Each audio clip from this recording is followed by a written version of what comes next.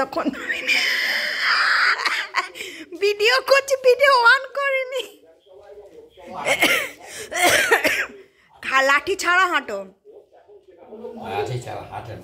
আর তুমি চেষ্টা করো না, একটু চেষ্টা করো।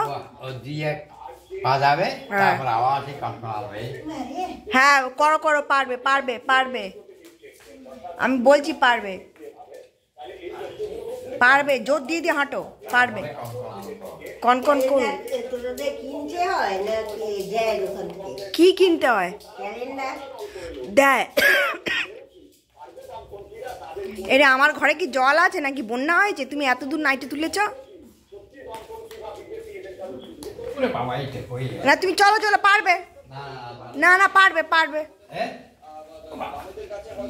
আরে টানটা টানটা যাবে। আবার শুরু হয়েছে। না না না, দাঁড়িয়ে গেলে হবে না।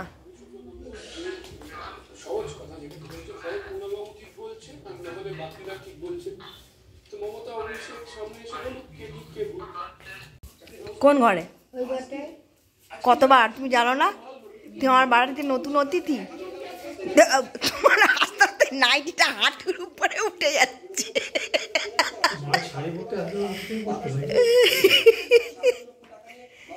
আরে ও বসে বসে আলু খাচ্ছে। বিট্টু কোথায়? বিট্টু একটু আলু দে তো। কচ কচ করে আলু খাচ্ছে। তোমার কি আবার বাইরে যেতে হবে? আবারও বাইরে যাবে? হ্যাঁ আবারও যাবে বাইরে?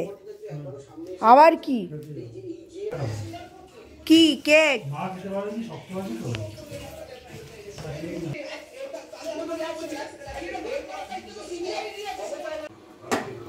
এখন আমি আসলাম চা করতে। আমি কিন্তু খুব একটা ভালো চা পারি না। এর আগে অনেক ভিডিওতে দেখেছো চাটা করে আমার বড়মশাই। তো আজকে আমার কি মনে হলো যে আমি একটু চা করি। তার কারণ কালকে আমি ইউটিউব থেকে ঠিক এরকমই শিখেছি এই প্রসেস যে চা করা। তো বাটির মধ্যে চা আর চিনি একসঙ্গে মিশিয়ে দিয়ে একটুখানি ওটাকে নাড়ছি। চিনিটা যতক্ষণ না গলে, চিনিটা গলে গেলে এমনিতেই কালার আসে। তো যারা একটু কালারিং জানি না, ঠিক চাটা ঠিক করতে পারি না, কখনো চায়ের পাতা বেশি হয় বা কম হয়, বা চিনি বেশি হয় চিনি কম হয়, এরকম হয়ে যায়। তো কালকে দেখলাম বেশ আমার ভালোই লাগলো ভিডিওটা। তো আজকে আমি ঠিকই করেছিলাম যে এটা আমি ট্রাই করবো এবং সেটা তোমাদের সঙ্গে আমি শেয়ার করব। তো সেটাই করছি। দেখো চিনিটা অলরেডি গলে গেছে। এরপরে আমি দুধ আর জল একসঙ্গে আগে ফুটিয়ে রেখে দিয়েছিলাম, সেইটা এবারে এর মধ্যে দিয়ে দিই। দেওয়ার পরে কালারটা কিন্তু খুব সুন্দর হয়েছিল। এবারে এই চাটা কেমন হয়েছে সেটা নিয়ে আমাদের বাড়িতে দু রকমের মত পোষণ করেছে। আমার হাজব্যান্ড একরকম, আমার বাবা আর একরকম, আবার পরে আবার বাবা পাল্টিও খেয়েছে। সেই ভিডিওটার ক্লিপস আমি পরে দিচ্ছি। তো এখন চাটা তৈরি করা দেখে নাও তোমরা। একটা এলাচ ফেলে দিলাম, এলাচ একটা ভালো গন্ধ হয়। এইবারে চাটাকে ছেঁকে নিচ্ছি। আমার বরকে ক্যামেরাটা ধরতে বলেছি, ও ক্যামেরা ধরেছে, আর আমি চাটা ছাঁকছি। আর দেখো চায়ের কালারটা এরকম সুন্দর হয়েছে। ক্যামেরাতে মনে হয় ঠিকঠাক আসছে না, কিন্তু সত্যি কালারটা ভালো হয়েছে। তার কারণ জানো তোমরা, চিনিটা ক্যারামেলাইজড করে নিলে সব কিছুরই কালার ভালো আসে। আমিও ঠিক এখানে তাই করেছি, চিনিটা ক্যারামেলাইজড করে নিয়েছি। চিনি আর চা একসঙ্গে মিশিয়ে ভেজে নিয়ে, তো চায়ের কালারটা অলরেডি ভালোই আসবে। আর এখন আমি একটুখানি কফি দিয়ে দিলাম। তো এখানে দুটোই আসবে ফ্লেভার, চা এবং কফি। চলো এবারে বাবাকে দিয়ে আসি। এবারে তোমরা দেখে নাও বাবার রিয়াকশনটা কি, কেমনি হয়েছে। খেয়ে আমাকে একটু দেখা দাও। আজকে অন্যরকম প্রসেসে করলাম। ভালো হয়েছে? হ্যাঁ, আর এদিকে তাকিয়ে একটু বলো, এদিকে তাকাও, এদিকে তাকিয়ে বলো ভালো হয়েছে। আমি চা করতে খুব একটা ভালো পারি না। এই প্রসেসটা কালকে আমি শিখেছি ইউটিউব থেকেই শিখেছি। তো মানে কতটা কি দিলে চায়ের কালারটা, দুধ চায়ের কালারটা মানে আসে, তো সেটা আমি অতটা বুঝতে পারি না। হয় বেশি দিয়ে দিই, নয় কম দিয়ে দিই। তো কালকে দেখলাম যে এই প্রসেসে করলে যেহেতু চিনিটা গলে যাচ্ছে, চিনির কালারটা আসে আর খেতেও ভালো হয়। আর কফিও দিয়েছি, দুটোর টেস্টই আসে, ভালো লাগে খেতে ওটা। কেমন লাগছে? ভালো লাগছে?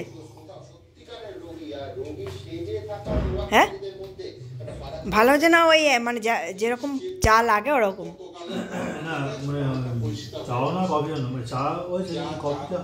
না না, আমি কফির কথা বলছি না, টেস্টটা বলছি। আমি কিন্তু অন্যরকম প্রসেস করছি, সেই প্রসেস তুমি দেখোনি। চা চিনিটাকে ভেজে নিয়েছি। হ্যাঁ, চা আর চিনি একসঙ্গে শুকনো বাটিতে ভেজে তার মধ্যে দুধ আর জল একসঙ্গে মিক্সড করে রেখেছি আলাদা বাটিতে, দিয়ে ওর মধ্যে দিয়ে দিয়েছি। কেন ভালো লাগছে না? বাবা যে বললো ভালো লাগছে তো, এই বললো ভালো হয়েছে, এই আবার আমি কি প্রসেসে করছি সেটা প্রথমত তো থাকে না, চায়ের গন্ধ নেই, সেটা তোমার এমনি চাই ভালো হয়, যে ফুটিয়ে করো এমনি হবে, কিছু করতে হয় না। ভালো হয়েছে কি হয়নি মানে আরো ভালো হওয়া উচিত ছিল, হয়েছে তো মোটামুটি, কিন্তু এতে ভালো হওয়া উচিত ছিল। না মিষ্টি আমি কম দিয়েছি, মিষ্টি দরকার নেই, চায়ের গন্ধটা, চায় মিষ্টি ঠিক খাওয়া উচিত। চা দিয়ে মিষ্টি না না, চিনি ছাড়াই চা হয় যদি ভালো চা। এখানে কিভাবে চা তৈরি হচ্ছে সেই গবেষণা হচ্ছে, কে কিভাবে কিভাবে চা চিনি দিলে না, কিন্তু ওটা শরীরের পক্ষে ভালো নয়, আর ওটা নয়, সায়েন্টিফিক নয়। চিনি কম দিয়ে করতে হবে, কিন্তু আমি যে চায়ের যে গন্ধটা বেরোবে সেটা কিন্তু মানে যদি লিকার চা হয় তাহলে দুধের সঙ্গে ফোটাতে হবে। আমি চায়ের টেস্টও বুঝি না, কিছু না, আমি শুধু চা খাই মিষ্টির স্বাদে সকালবেলায় একবার। কালকে আমি এটা ইউটিউবে দেখেছিলাম, ট্রাই করলাম। বাবা হচ্ছে সব থেকে খুঁতখুঁতে মানুষ খাওয়ার ব্যাপারে, মানে মুখে যতক্ষণ না লাগবে সেটাকে ভালো বলে না। তো বাবা খাওয়ার সঙ্গে সঙ্গেই বলেছে ভালো লেগেছে, আর এই সমীর বিট বলছে ভালো লাগেনি। ভগবান জানে, আমি তো নিজে চা খাইনি কেমন লেগেছে। তো আর একদিন আমি নিজে করে আবার নিজেই খাবো। আমার চা খেতে অতটা ভালো লাগে না, তো তোমরা করে খেয়ে দেখো কেমন লাগে জিনিসটা। তবে কালারটা ভালো আসে, টেস্টটা কেমন হয়েছে আমি বলতে পারবো না, কারণ দুজনে দুরকম মত বলেছে। কালারটা ভালো আসে। কি ময়লা? আরে ওটা নোংরা নয় মা, নোংরা নয়। উফ, আরে তুমি ওটা নখ দিয়ে চুলকে, ঘরের মধ্যে নোংরা কথা আছে।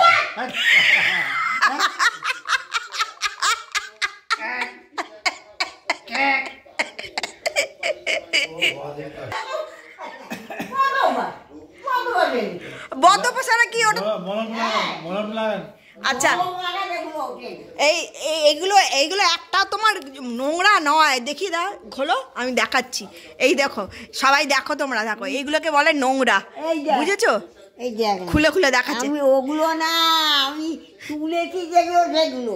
আরে ওগুলো নোংরা আমি বলছি, আরে ওগুলো চামড়া নয়। উফ, আরে চামড়াগুলো তুলে তুলে রক্তবার সারা মুখ কি করেছে।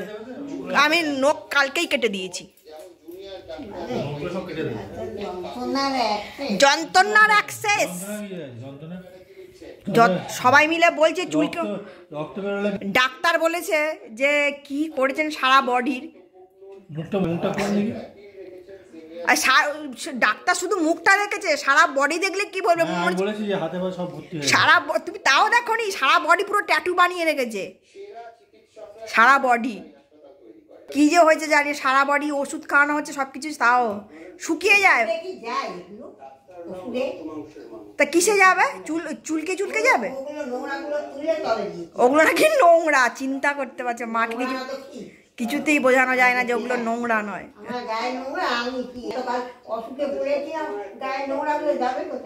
চিন্তা করো, 55 বছর আগের থেকে জমে ছিল, এখন ধুলছে।